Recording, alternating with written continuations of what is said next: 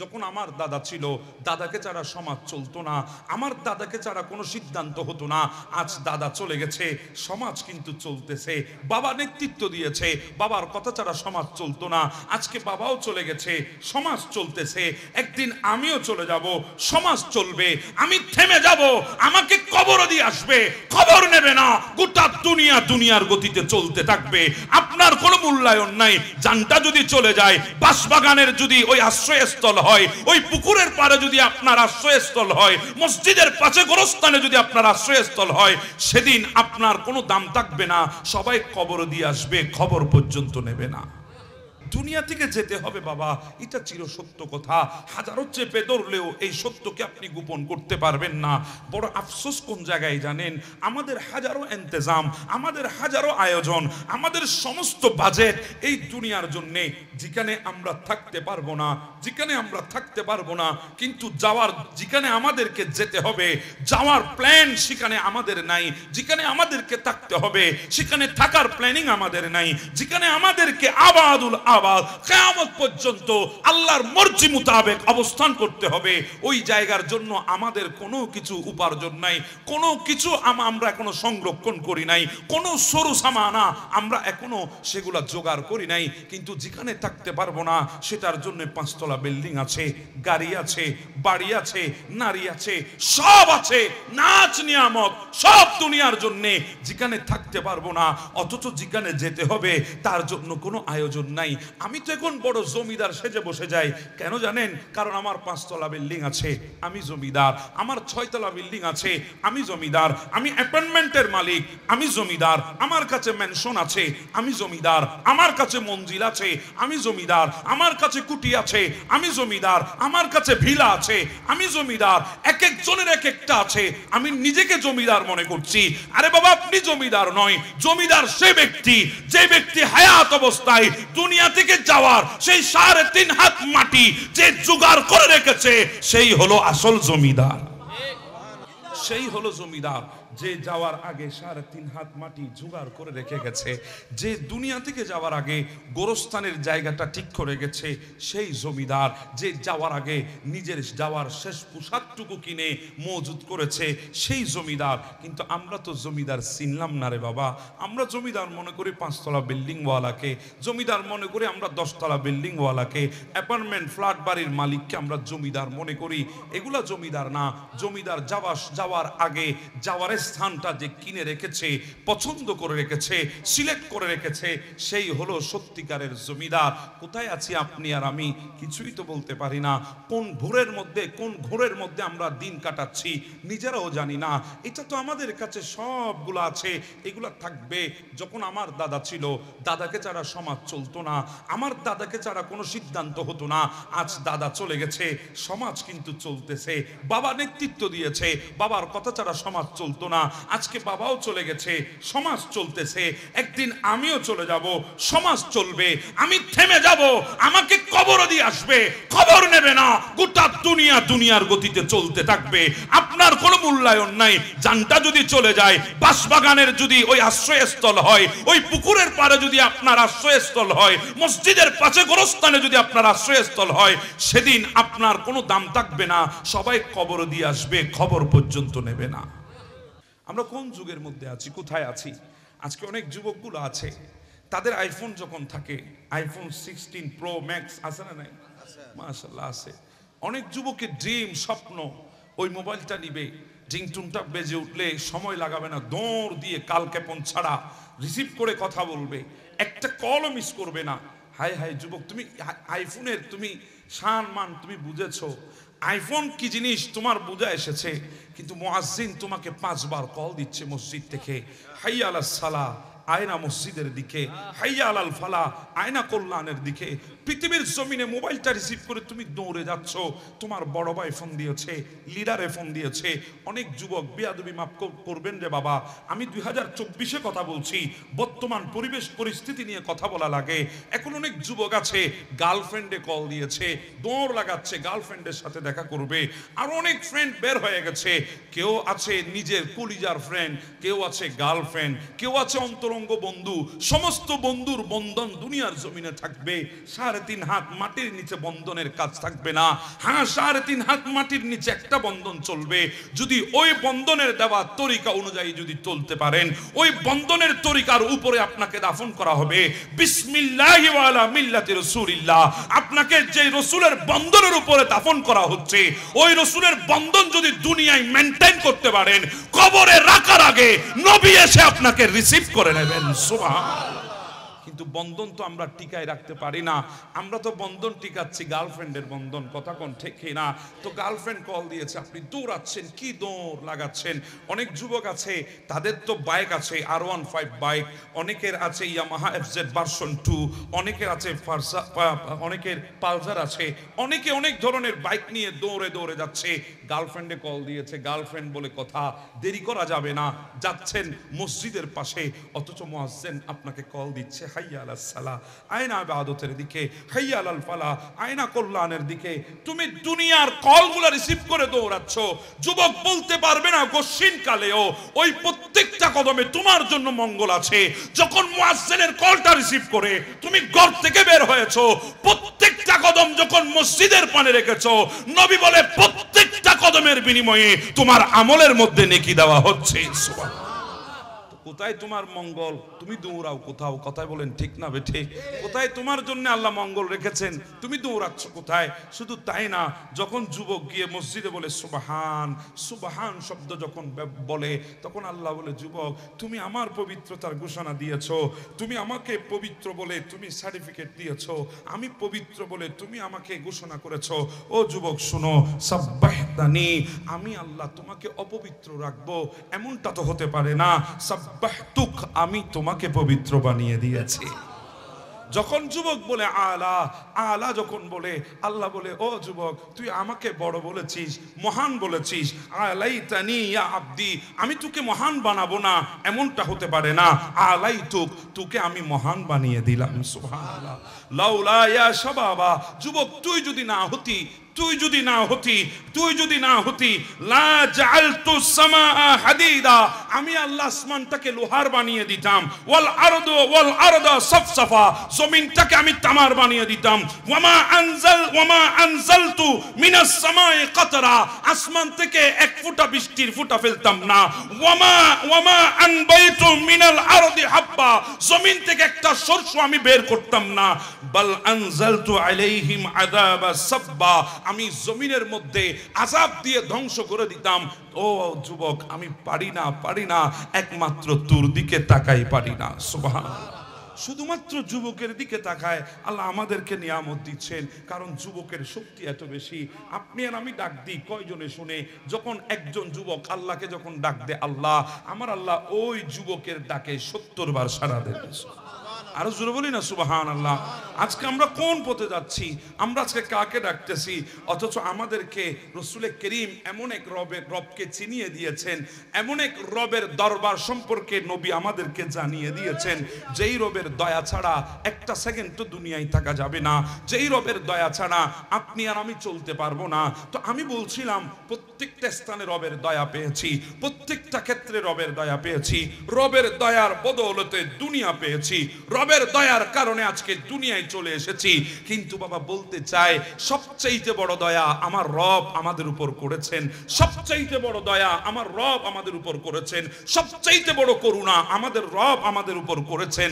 যেই দয়াটা আল্লাহ যদি না করত, পৃথিবীর বুকে আজকে হাইসিয়ত থাকতো না, যোগ্যতা থাকতো না। সেই দয়া হলো আল্লাহ আমাদেরকে দয়া করে আখিরি নবীর উম্মত বানিয়েছেন। সব চাইতে বড় দয়া, এত বড় দয়া আল্লাহ আমাদের উপর করেছেন। আল্লাহ আমাদের উপর এত বড় দয়া করেছেন, যোগ্যতা বলে পাই না রে বাবা।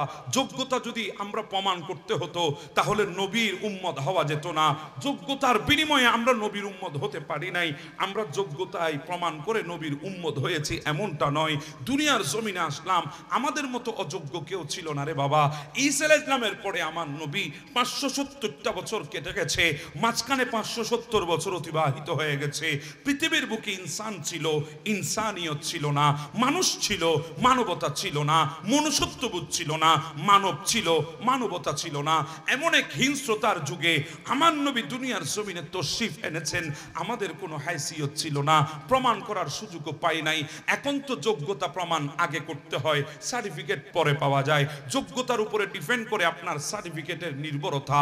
যদি আপনার যোগ্যতা বেশি হয় সার্টিফিকেট পাবেন আপনি ফার্স্ট ক্লাস, যোগ্যতা যদি একটু নিচে হয় সার্টিফিকেট পাবেন সেকেন্ড ক্লাস, যোগ্যতা যদি আরেকটু নিচে হয় সার্টিফিকেট পাবেন থার্ড ক্লাস। কিন্তু আমরা তো যোগ্যতা প্রমাণ করতে পারি নাই, সবেমাত্র দুনিয়ায় আসলাম। আল্লাহ বলে তোদের যোগ্যতা প্রমাণ করতে হবে না, নিসবত যখন আমার নবীর সাথে তোদেরকে করে দিয়েছি, কুনতুম খায়রা উম্মাতিন, তোরাই হলে পৃথিবীর জমিনে শ্রেষ্ঠ উম্মত। সুবহানাল্লাহ, তোদেরকে শ্রেষ্ঠ বানিয়ে দিয়েছি। হ্যাঁ, আমাদেরকে শ্রেষ্ঠ বানিয়েছেন আল্লাহ যোগ্যতার কারণে নয়, দয়ার বদৌলতে। নবী যেমন সমস্ত নবীদের মধ্যে শ্রেষ্ঠ, আল্লাহ আমাদেরকে সমস্ত উম্মতের মধ্যে শ্রেষ্ঠ বানিয়েছেন। আর জোরে বলি না সুবহানাল্লাহ। যোগ্যতার বলে পাই না রে বাবা, দয়ার বলে পেয়েছি। কথা বলেন ঠিক না বে ঠিক? কথা যদি বলতে যায়, দুয়ার বদৌলতে নবীর উম্মত হই নাই, দয়ার বদৌলতে হয়েছি। কথা কোন ঠিক কি না? দোয়া তো অনেকে করেছে, পৃথিবীর বুকে 12 জন নবী দোয়া করেছে আল্লাহর দরবারে আমার নবীর উম্মত হওয়ার জন্য। 12 জন নবী চেয়েছে আমার নবীর উম্মত হওয়ার জন্য। যদি বলি একটু করে তো বলতে হয়, হযরতে মূসা কালিমুল্লাহ আলাইহিস সালামের কথা। উলিল আজমের মধ্যে একজন নবী ছিলেন হযরতে মূসা কালিমুল্লাহ। এত বড় নবী ছিলেন যার উপরে আল্লাহ তৌরাত কিতাব মতো দান করেছেন, তৌরাতের মতো বিশাল কিতাব আল্লাহ দিয়েছেন মূসা কালিমুল্লাহ আলাইহিস সালামকে। এমন এক নবী, এমন এক রাসূল ছিলেন মূসা কালিমুল্লাহ, যিনি দুনিয়ার জমিনে দাঁড়িয়ে ডাইরেক্ট আল্লাহর সাথে কথা বলেছেন, কোন ধরনের নেটওয়ার্ক ছাড়া আল্লাহর সাথে সম্পর্ক লাগিয়েছেন, আল্লাহর সাথে সম্পর্ক করেছেন। উনি ছিলেন মূসা কালিমুল্লাহ। আল্লাহ বলেছেন, মূসা আপনাকে আমি তওরাত কিতাব দেব, আপনি তুর পর্বতের মধ্যে যান, আপনি ওখানে গিয়ে ইবাদত করবেন, ওখানে গিয়ে আপনি ইবাদত করবেন। সুমু নাহারাহা ওয়া কুমু লাইলাহা, আপনি দিনের বেলায় সেখানে রোজা রাখবেন আর রাতের বেলায় ইবাদত বন্দেগী করবেন। 30টা দিন অতিবাহিত করবেন। মূসা ইসলাম অতিবাহিত করলেন দিনের বেলায় রোজা, রাতের বেলায় ইবাদত করতে করতে করতে 30 দিন যখন শেষ হয়ে গেল, মূসা কালিমুল্লাহ যাচ্ছে আল্লাহর দরবারে তওরাত কিতাব নেবে, কিন্তু হঠাৎ দেখে মুখের গহ্বর থেকে এক ধরনের দুর্গন্ধ বের হচ্ছে। দীর্ঘদিন ব্রাশ না করার কারণে, মিসওয়াক না করার কারণে, রোজা রাখার কারণে দুর্গন্ধ আসতেছে। বিব্রত বোধ করলেন, একটু নিজেকে বিরক্ত ফিল করলেন, নিজের দুর্গন্ধ নিজে নিয়ে নিজেকে বড় বিব্রতিকর অবস্থায় ফেললেন। তিনি চিন্তা করছেন, আমি তো বড় মালিকের সাথে দেখা করতে যাচ্ছি, ওই মালিকের চাইতে বড় মালিক পৃথিবীর জমিনে আর কেউ নাই, ওনার সাথে সাক্ষাতে যাচ্ছি, আমার মুখের ভেতর থেকে দুর্গন্ধ বের হবে, আমার পছন্দ হয় না। ইনি মিসওয়াক নিয়ে পরিষ্কার করলেন, মালিকের দরবারে গেলেন। আমার আল্লাহ ডাক দিয়ে বলেন, মূসা আজকে আর তওরাত কিতাব দেওয়া হবে না। আল্লাহ কেন, এমন কি হয়েছে? বলে, আপনি আমাকে মাহরুম করেছেন। আল্লাহ, পৃথিবীর বুকে এমন কোন বান্দা আছে আপনাকে মাহরুম করতে পারবে? আপনি তো আল্লাহুস সামাদ, গোটা পৃথিবী আপনার মুখাপেক্ষী, আপনি তো কারো মুখাপেক্ষী নয়, আপনাকে কে মাহরুম করবে? বলে, আপনি মাহরুম করেছেন। আল্লাহ, আমি মাহরুম করেছি? বলে, হ্যাঁ আপনি আমাকে বঞ্চিত করেছেন। আল্লাহ, আমি বঞ্চিত করেছি? বলে, হ্যাঁ। আল্লাহ, কিভাবে বঞ্চিত করলাম? ওগো নবী মূসা, আপনি আসতেছেন, মুখের ভেতর থেকে দুর্গন্ধ বের হচ্ছে, আপনার কাছে সেটা দুর্গন্ধ মনে হতে পারে, কিন্তু আমার প্রেমে যখন রোজা রেখেছেন ওটা তো আর দুর্গন্ধ নাই, ওটা তো আমার কাছে মেশকম্বরের চাইতে আরো খুশবু হয়ে গেছে। মূসা আজকে দেব না, আপনি যান আরো 10 দিন রোজা রেখে আসেন। মূসা কালিমুল্লাহ গেলেন, আরো 10 দিন রোজা রাখলেন। 41 দিনের দিন আসলেন। আল্লাহ বলেন, মূসা এখন ঠিক আছে, আপনার ভেতরের দুর্গন্ধটা আমার কাছে মেশকম্বরের মতো খুশবু লাগে, আজকে আপনাকে তওরাত দিয়ে দেব। এত বিশাল কিতাবের অধিকারী মূসা কালিমুল্লাহ, যিনি জমিনে দাঁড়িয়ে আল্লাহর সাথে কথা বলতেন। হ্যাঁ, আমি সেই মূসা কালিমুল্লাহর কথা বলছি। ফেরাউনের মতো ব্যক্তি যার কাছে ধরাশায়ী হয়ে গেছে, যে মূসা কালিমুল্লাহর হাতে লাঠি ছিল, আসা মুবারক ছিল, ইদরিব বিআসাকা, যদি পাথরের উপরে আঘাত করত ওখান থেকে ঝর্ণা বের হয়ে যেত, যদি নদীর উপরে পানির উপরে আঘাত হতো ব্রিজ হয়ে যেত, যদি নিক্ষেপ করা হতো সাপ হয়ে যেত। এত বড় জলিলুল কদরের পয়গম্বর মূসা কালিমুল্লাহ, বড় বড় 4 জন রাসূলের একজন মূসা কালিমুল্লাহ বলে, আল্লাহ আমি আপনার সাথে কথা বলছি, আমি জমিনে দাঁড়িয়ে আপনার সাথে কালাম করছি। আল্লাহ, আমার চাইতে আপনার নিকটে আর কোন সৃষ্টি কি আছে? আল্লাহ বলে হ্যাঁ, তোমার চাইতে আরো নিকটে আমার কিছু সৃষ্টি আছে। বলে তারা কারা? বলে তারা হলো আমার আখিরি নবীর উম্মত, তারা হলো আখিরি নবীর উম্মত। তারা এখনো দুনিয়ার জমিনে আসে নাই, অনেক পরে দুনিয়ার জমিনে আসবে। আমি তাদেরকে একটা মাস দিয়েছি রমজানুল মুবারক। ওই রমজানুল মুবারকে তারা সেহরি থেকে শুরু করে ইফতার পর্যন্ত আমি আল্লাহকে খুশি করার জন্য পেটে ক্ষুধা থাকবে কিন্তু খাবারের দিকে হাত বাড়াবে না, তৃষ্ণা থাকবে শরবতের দিকে হাত বাড়াবে না। 17 ঘন্টা 16 ঘন্টা 15 ঘন্টা 14 ঘন্টা পর্যন্ত না খেয়ে থাকবে। এতটুকু অবস্থায় ইফতার সামগ্রী নিয়ে বসবে, সময় না হওয়া পর্যন্ত হাত দেবে না। আমি মালিককে খুশি করার জন্য ইফতারি সামনে থাকবে, পেটের মধ্যে ক্ষুধা থাকবে, এরপরও লোকমা ধরবে না। কণ্ঠের মধ্যে তৃষ্ণা থাকবে, সামনে লোভনীয় শরবত থাকবে, এরপরও পান করবে না। আমি মালিককে খুশি করার জন্য যখন আমার আখিরি নবীর উম্মতগুলা ইফতারি সামনে নিয়ে যখন বসে যাবে, আমি আল্লাহ তাদের এমন কাছে চলে যাব, ও মূসা 70টা পর্দার ওই পাশ থেকে আপনি আমার সাথে কথা বলছেন, আমি 70টা পর্দার ওই পাশ থেকে আমি আপনার সাথে কথা বলছি। আপনি আর আমার মাঝখানে 70টা পর্দা আছে, কিন্তু আমার আখিরি নবীর উম্মত যখন ইফতারির সামনে নিয়ে বসবে, আমি তাদের এত কাছে চলে যাব, মাঝখানে একটা পর্দাও রাখবো না। জোরে বলেন, মাঝখানে একটা পর্দাও থাকবে না। মুসা কালিমুল্লাহর অন্তরের মধ্যে তামান্না জেগে উঠেছে। আল্লাহ কি বলেন, আখিরি নবীর উম্মতের এত দাম? বলে হ্যাঁ এত দাম। তখন মুসা কালিমুল্লাহ হাত তুলে দিলেন, দুই হাত তুলে দিয়ে বলে দিলেন, ইলাহি ইজআলনি নবিয়্যা তিলকাল উম্মতি। আল্লাহ যদি নবী না বানাই, ওই আখিরি নবীর উম্মত হিসাবে যদি কবুল করো, আল্লাহ আমি খুশি হব। ইলাহি, হে আমার রব, ইজআলনি নবিয়্যা তিলকাল উম্মতি, আমাকে আখিরি নবীর উম্মত হিসাবে কবুল করে নাও, আখিরি নবীর উম্মত হিসাবে কবুল করে নাও। মুসা কালিমুল্লাহ দোয়া করেছেন আমার নবীর উম্মত হওয়ার জন্য। আল্লাহ বলে, মুসা সেই নবীকে আপনি পাবেন না, সম্ভব নয়, ওই নবী অনেক পরে আসবে, আপনি অনেক আগে এসেছেন। তবে দোয়া যখন আপনি করেছেন আমি আল্লাহ কবুল করেছি, দুনিয়ায় না হোক জান্নাতে আমি আল্লাহ ওই আখিরি নবীর সঙ্গী আপনাকে বানাইয়ে দেব। আরো জোরে বলি না সুবহানাল্লাহ। এটা তো মুসার নামের কথা বললাম রে বাবা।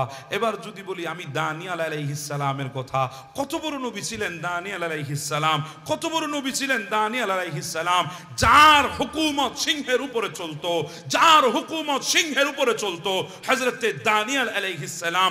আমাদের শরীরে যদি ময়লা হয়, আমরা তো অনেক কিছু দিয়ে আমরা সেগুলা পরিষ্কার করি, অনেক কিছুর মাধ্যমে আমরা সেগুলা পরিষ্কার করি, কিন্তু দানিয়েল আলাইহিস সালাম এমন একজন নবী ছিলেন যার শরীরে ময়লা হলে সিংহ জিহ্বা দিয়ে চেটে চেটে দানিয়েল আলাইহিস সালামের শরীরের ময়লা পরিষ্কার করে দিত। এত বড় নবী ছিল দানিয়েল আলাইহিস সালাম। উনি আমার নবীর আমার আল্লাহর দরবারে হাত তুলেছেন, ওনার দোয়া দেখে তো আমি ভাগ ভাগ হয়ে গেলাম, আমি তো কুরবান হয়ে গেলাম।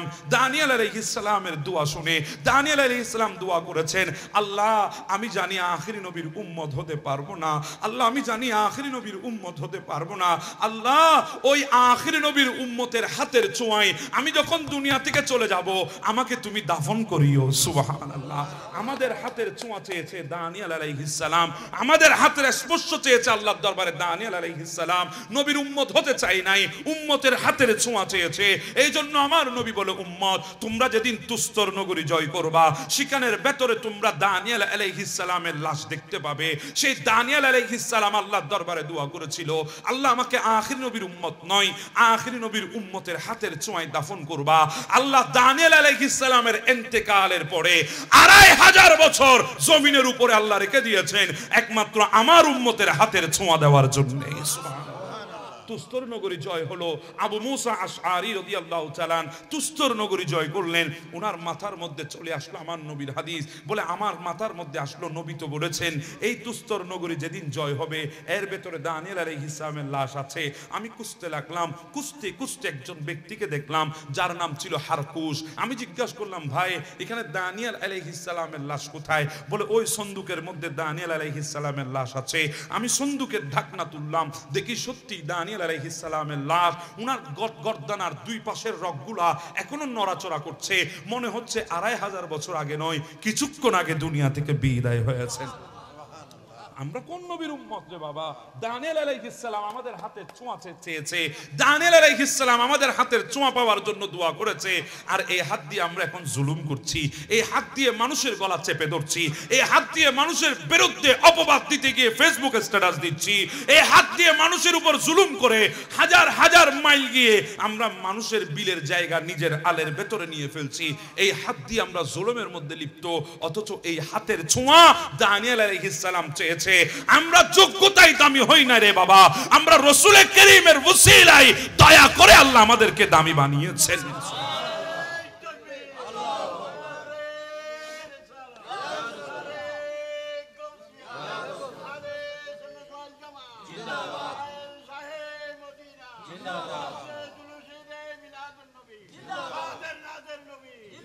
আমাদেরকে তো সেই নবীর প্রেম আর ভালোবাসা অন্তরে রাখার দরকার ছিল, যেই নবী এত যোগ্যতা আমাদেরকে দিয়ে গেছেন, যেই নবী এত সার্টিফিকেট আমাদেরকে দিয়ে গেছেন।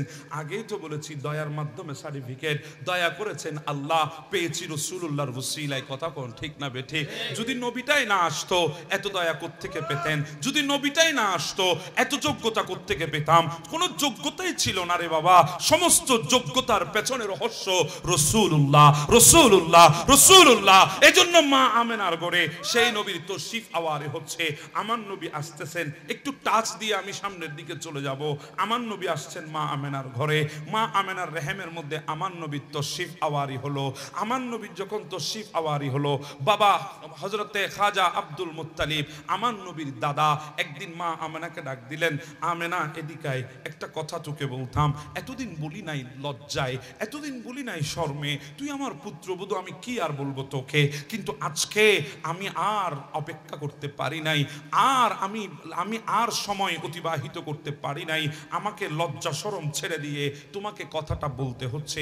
বাবা কথাটা কি? বলে কথাটা হলো, আমাদের সমাজে একটা উসুল আছে, আমাদের সমাজে একটা প্রথা আছে, আমাদের সমাজে কোনো মহিলার স্বামী যদি মারা যায় ওই মহিলা সুগন্ধি ব্যবহার করতে পারবে না, ওই মহিলা পারফিউম ইউজ করতে পারবে না, ওই মহিলা আতর ব্যবহার করতে পারবে না।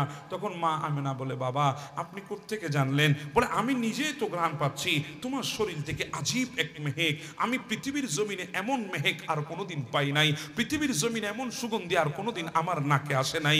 আজকে আমি পাচ্ছি তেমনটা নয়, কুরাইশের প্রত্যেক ঘরে ঘরে তোমার এই বিষয় নিয়ে আজকে আলোচ্য বিষয় হয়েছে, সবাই সমালোচনার ঝড় তুলেছে। ওই দেখো খানায় কাবার মুতাওয়াল্লির পুত্রবধূ, তার স্বামী মারা গেছে, কিন্তু সে এখনো আমাদের সমাজের পতার বিরুদ্ধে গিয়ে এখনো শরীরের মধ্যে আতর, গোলাপ জল, পারফিউম ইউজ করতেছে, কত বড় স্পর্ধা, এরকম কথা বলছে। সেজন্য আমি তোমাকে বললাম। তখন আমাদের মা আমেনা ডাক দিয়ে বলে, বাবা আমি যদি পারফিউম লাগাই, আতর লাগাই, কোথায় লাগাবো? কাপড়ের মধ্যে। আমি কোথায় লাগাবো? শরীরের মধ্যে। বলে হ্যাঁ। বাবা মুখের ভেতরে তো আর আতর দেওয়া যায় না? বলে হ্যাঁ, মুখের ভেতরে তো আতর দেয় না। বাবা যদি বেয়াদবি না নেন, আমি একটু করে তুতুটা ফেলবো। যখন তুতুটা ফেলা হলো, বাবা আমার শরীর না, আমার তুতুর দিক থেকে একটু ঘ্রাণ টেনে দেখেন, আমার তুতুর থেকেও মেশকাম্বরের খুশবু বের হচ্ছে। সুবহানাল্লাহ। বাবা আমি আপনারে কেমন করে বুঝাইতাম রে বাবা, আমি কিভাবে আপনারে বুঝাবো? আমি আমার শরীরের মধ্যে কোনো কসমেটিক্স ব্যবহার করি নাই, আমার চেহারার মধ্যে কোনো ধরনের আমি কসমেটিক্স লাগাই নাই, আমি বিউটি পার্লারে যাই নাই, কিন্তু আমার চেহারা উজ্জ্বল হচ্ছে। তার রহস্য কি জানেন? যেদিন থেকে আপনার বেটার আমানত আমার রেহেমের মধ্যে এসেছে সেদিন থেকে পরিবর্তন ঘটছে।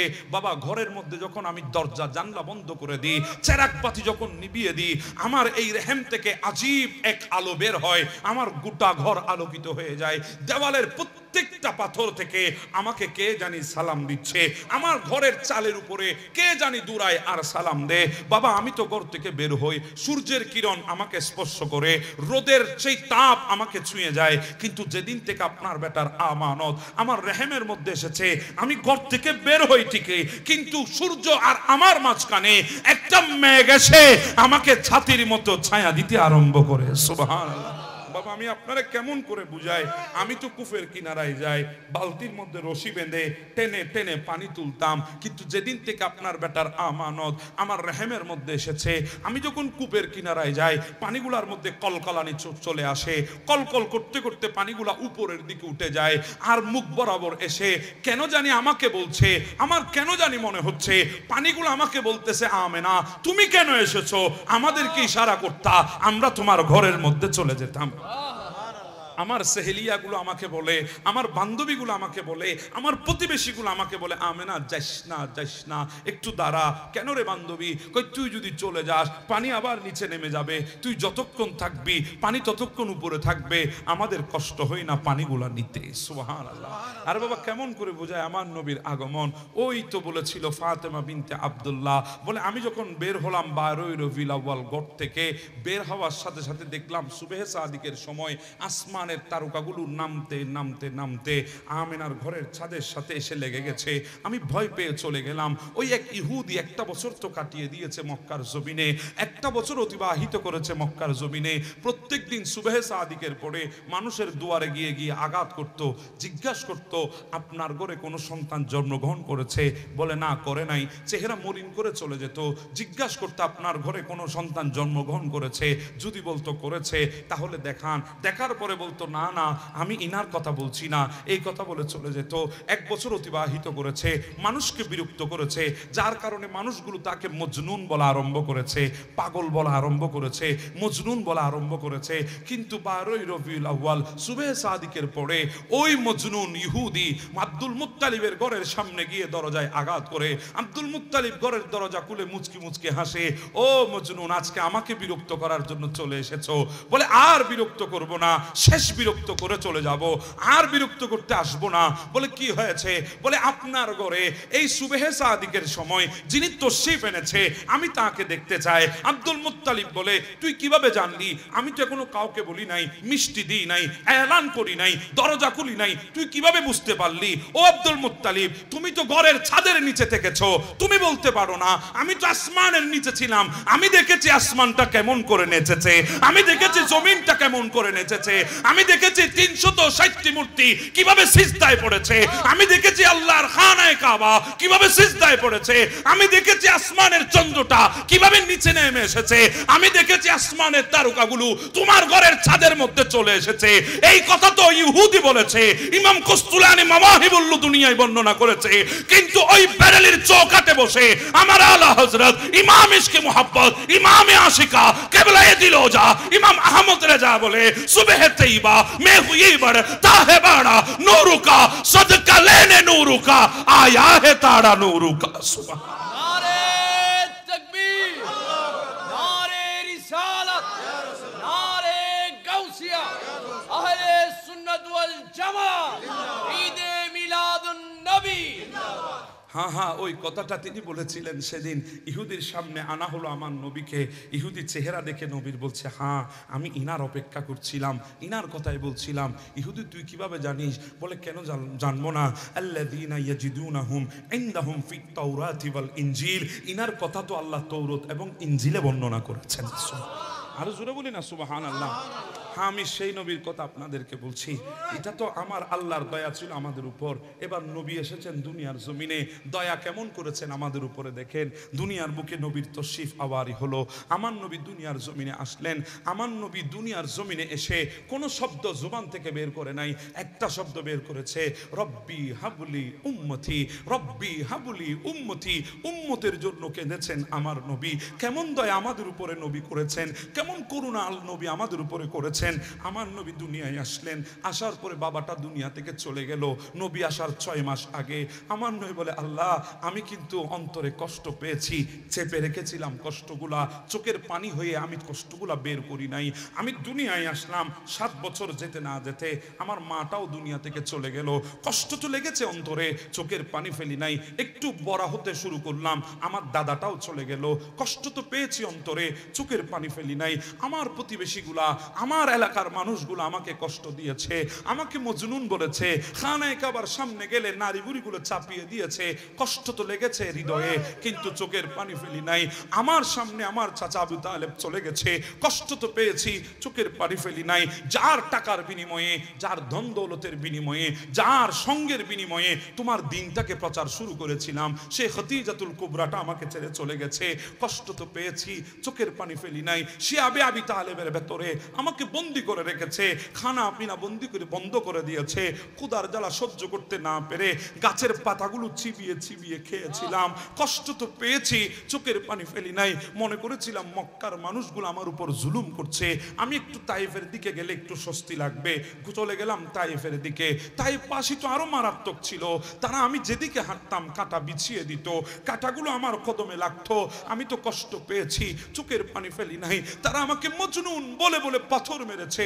চিকন চিকন পাথরগুলো আমার শরীরে গিয়ে আটকে গেছে। আমি যখন শরীর থেকে পাথরগুলো তুলতাম, শরীর থেকে হুলকি দিয়ে রক্ত বের হতো। আমি তো কষ্ট পেয়েছি, চোখের পানি ফেলি নাই। আমি যখন জমিনে কদম রেখে হাঁটছিলাম, কদম রেখে রেখে যখন চলছিলাম, তারা বিরাট বিরাট পাথর আমার কদমে মেরে দিয়েছে। আমার কদমটা থেতলায় গেছে, রক্তাক্ত হয়ে গেছে। আমি আর কদমটা জমিনে রাখতে পারি নাই। আমি বোটে নিয়ে এক কদমের উপরে দাঁড়িয়েছিলাম, ওই কদমটার উপরও পাথর মেরেছে। ওই কদমটাও যখন থেতলায় গেল, ইনজুরি হয়ে গেল, আমি দুইটা কদম তুলে নিয়ে হাঁটু গেড়ে জমিনে বসে গেছি। আল্লাহ, তারা তো জালেম ছিল না। যদি জালেম হতো তাদের অন্তরে একটু মায়া আসতো, কিন্তু তারা তো মায়া দেখায় নাই। তারা এসে আমার জামার কলার ধরে একবার উপরে তুলেছে, আবার জমিনে ফেলেছে। আল্লাহ, কষ্ট তো পেয়েছি, চোখের পানি ফেলি নাই। আল্লাহ, তুমি বলেছো আমার বাবার বিটা ছেড়ে দিতে হবে, আমি ছেড়ে দিয়েছি। তুমি বলেছো জন্মস্থান ছেড়ে দিতে হবে, আমি ছেড়ে দিয়েছি। তুমি বলেছো আমার প্রিয় শহর মক্কা ছেড়ে দিতে হবে, আমি ছেড়ে দিয়েছি। তুমি বলেছো আমার প্রিয় ঘর খানায়ে কাবা ছেড়ে দিতে হবে, আমি ছেড়ে দিয়েছি। শুধুমাত্র তোমার দ্বীনের খাতিরে, আমার উম্মতের খাতিরে আমি মদিনার দিকে চলে গেলাম। আমার বদরের ময়দানে আমার সামনে আমার সাহাবীগুলাকে শহীদ করা হয়েছে। বিজয় তুমি আমাকে দিয়েছো, কিন্তু আমার সাহাবীগুলা শহীদ হয়েছে। কষ্ট তো পেয়েছি, চোখের পানি ফেলি নাই। উহুদের ময়দানে আমার চাচা আমার সামনে 700 টুকরা হয়েছে। হিন্দা কলিজাটা পর্যন্ত চিবিয়ে খেয়েছে। কষ্ট তো পেয়েছি, চোখের পানি ফেলি নাই। আল্লাহ আমার দন্দানকে শহীদ করে দিয়েছে। জিবরিল আমার মুখ চেপে ধরে আমাকে ওই উহুদ পর্বতে নিয়ে গেছে। আমি তো কষ্ট পেয়েছি, চোখের পানি ফেলি নাই। আমার সামনে আমার হানজালাটা দুনিয়া থেকে চলে গেল, সদ্য বিয়ে করেছে মাত্র। কষ্ট তো পেয়েছি, চোখের পানি ফেলি নাই। আল্লাহ, খন্দকের ময়দানে কুদার জ্বালা সহ্য করতে না পেরে পেটের মধ্যে পাথর বেঁধেছিলাম। কষ্ট তো পেয়েছি, চোখের পানি ফেলি নাই। আল্লাহ, তুমি তো বেহতর জানো, কেউ জানুক আর না জানুক। আমার কলিজার টুকরা ফাতেমা 3 দিন না খেয়েছিল, আমি কষ্ট পেয়েছি, চোখের পানি ফেলি নাই। আল্লাহ, তুমি বলেছো আমার হাসানকে, তুমি বলেছো আমার হুসাইনকে তোমার দ্বীনের জন্য কোরবান করে দিতে হবে। আমি তো কষ্ট পেয়েছি, কিন্তু চোখের পানি ফেলি নাই। আল্লাহ, এত কষ্ট যেই 63 বছর হায়াতে জিন্দেগিতে আমি করেছি, চোখের পানি ফেলি নাই। কিন্তু যখনই হাত তুলে দিয়ে বলেছিলাম রব্বি হাবলি উম্মতি, আল্লাহ, চোখের পানি ধরে রাখতে পারি নাই। সেই উম্মত গুলাকে ছাড়া তোমার শ্রেষ্ঠ নিয়ামত জান্নাতেও আমি নবী প্রবেশ করব না। জোরে বলেন সুবহান। আরো জোরে বলি না রে বাবা, সুবহানাল্লাহ। যাবে না, যাবে না, নবী আমাদেরকে ছাড়া যাবে না। যদি যাওয়ার থাকতো অনেক আগেই চলে যেত। আমার আল্লাহ তো বলেছিলেন নবী আসেন না, আপনাকে নিয়ে যাই জান্নাতে। আমার নবী বলেন আল্লাহ, আমি তো জান্নাতে যাব, উম্মত গুলা কোথায়? বলে 40 দিনের মাথায়, প্রত্যেক নবীর ইন্তেকালের 40 দিনের মাথায় আমি তাদেরকে এক এক জায়গায় নিয়ে গেছি। কাউকে প্রথম আসমানে নিয়ে রেখে দিয়েছি, আদম সফিউল্লাহ। কাউকে দ্বিতীয় আসমানে ইদ্রিস আলাইহিস সালাম, কাউকে তৃতীয় আসমানে ইউসুফ আলাইহিস সালাম, কাউকে চতুর্থ আসমানে ঈসা আলাইহিস সালাম, কাউকে পঞ্চম আসমানে হারুন আলাইহিস সালাম, কাউকে ষষ্ঠ আসমানে মূসা কালিমুল্লাহ আলাইহিস সালাম, কাউকে সপ্তম আসমানে ইব্রাহিম খলিলুল্লাহ আলাইহিস সালাম। কাউকে জান্নাতে রেখে দিয়েছি। নবী, আপনাকেও আমি নিয়ে আসবো জান্নাতের মধ্যে, আপনি চলে আসবেন, কোনো অসুবিধা নাই। আপনাকে নিয়ে আসবো আমি, কোনো সমস্যা নাই। আমার নবী বলে আমি যাব তো যাব, উম্মতগুলো কোথায় থাকবে? বলে দুনিয়ার জমিনে থাকবে। আল্লাহ, উম্মতগুলোকে জমিনে রেখে আমি তোমার জান্নাতে যাব? আল্লাহ, এমনটি হতে পারে না। এই উম্মতগুলোর জন্য 63 বছর কেঁদেছি, রব্বি হাবলি উম্মতি বলে বলে কেঁদেছি। এই উম্মতগুলোকে ছেড়ে আমি তোমার জান্নাতে কিভাবে যাই? আমার আল্লাহ বলে আপনি জান্নাতে আসবেন না? বলে না, আসবো না। ঠিক আছে, আমি জান্নাত প্যাকেট করে আপনার জন্য পাঠিয়ে দিচ্ছি। আমি জান্নাতকে প্যাকেট করে আপনার জন্য পাঠিয়ে দিচ্ছি। আল্লাহ, সেটা কি জিনিস আমার জন্য পাঠাচ্ছেন? আপনি যখন পাঠাবেন হাদিয়া, আমার থেকে হাদিয়া নিতে হবে। কারণ আপনি খালেক, আমি মখলুক। আপনি স্রষ্টা, আমি সৃষ্টি। আপনি লা ইলাহা ইল্লাল্লাহ, আমি মুহাম্মদ রাসূলুল্লাহ। আপনি দেবেন, আমি নেব, অবশ্যই নেব, আপনার হাদিয়া গ্রহণ করব। তবে আল্লাহ, আমি বলেছি উম্মত ছাড়া জান্নাতে ঢুকবো না, চাই জান্নাত উপরে হোক, চাই জান্নাত নিচে হোক, উম্মত ছাড়া ঢুকবো না। আপনি যখন দেবেন হাদিয়া নেব, ওই জান্নাতটাকে আমার পাশে রেখে দেব, আমি জান্নাতের পাশে ঘুমাবো কিয়ামত পর্যন্ত। আমি ওই রওজায়ে আতহারের ভেতরে বসে বসে দেখব আমার উম্মতগুলো বাংলার জমিনের ফটিকছড়ি থেকে এসে এসে ওই মসজিদে নববীর ভেতরে রিয়াজুল জান্নার ভেতরে ঢুকে নামাজ পড়বে। আমি নবী দেখে আমার নবুয়তের অন্তরকে খুশি করে দেব। সুবহানাল্লাহ। উম্মতকে যারা জান্নাতে ঢুকবো না, যেই নবী উম্মত ছাড়া জান্নাতে ঢুকে নাই, যেই নবী হাজার কষ্ট সহ্য করেছে, যেই নবী হাজার কষ্ট সহ্য করেছে, উম্মতের কথা বলে নাই, সেই নবীর কথা আমি আপনাদেরকে বলছি।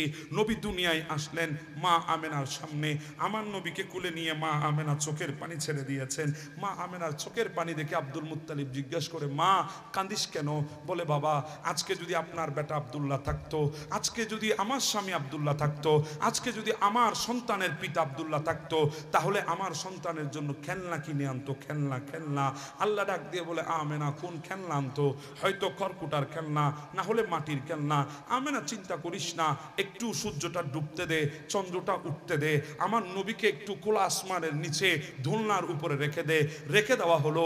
আবি তালেব বলে, কি আজীব দৃশ্য আমি দেখলাম, আমার বাতিজা মুহাম্মদ শাহাদাত আঙ্গুল আসমানের দিকে করে যখন চন্দ্রকে একদিকে ইশারা করে চন্দ্র সেদিকে লাফ দে, আরেক দিকে ইশারা করলে আরেক দিকে লাফ দে, কাছে টান দিলে কাছে চলে আসে।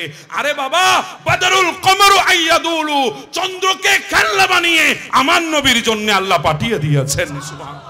এটা তো সেদিন ছিল ছোটবেলায়, কিন্তু খাদিমে কাবার কিনারে হাবিবি ইয়মন যখন বলেছিল চাঁদকে দুই টুকরা করতে হবে, নবী মুস্কি মুস্কি হাসে। খেলা তো আগে শুরু করেছি, আজকে আবার খেলার জন্য বলছি, ঠিক আছে খেলে দেব। ওয়ান শাক্কাল কামার, ইশারা করে দিয়েছে, চাঁদ দুই টুকরো হয়ে জমিনে পড়ে গেছে।